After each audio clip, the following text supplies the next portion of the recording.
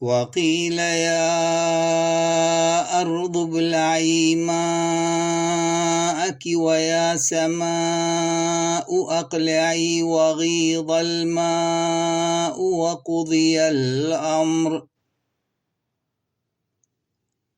من ورائه جهنم ويسقى من ماء صديد هو الذي أنزل من السماء ماء لكم منه شراب ومنه شجر فيه تسيمون ولما ورد ماء مدين وجد عليه أمة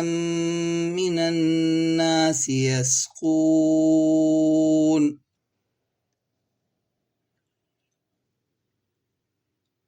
وإن يستغيثوا يغاثوا بماء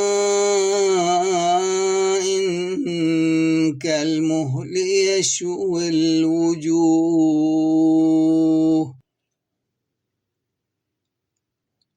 أو يصبح ماؤها غورا فلن تستطيع له طلبا وأنزلنا من السماء ماء بقدر فأسكناه في الأرض والذين كفروا أعمالهم كسراب بقيعة يحسبه الظمآن ماء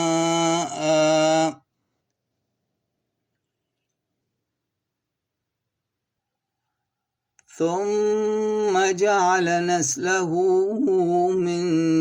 سلالة من ماء مهين هذا عذب فرات سائغ شرابه وهذا ملح أجاج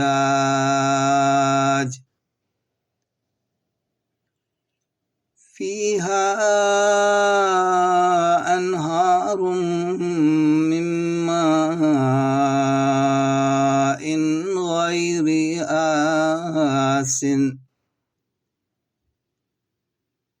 كمن هو خالد في النار وسقوا ماء حميما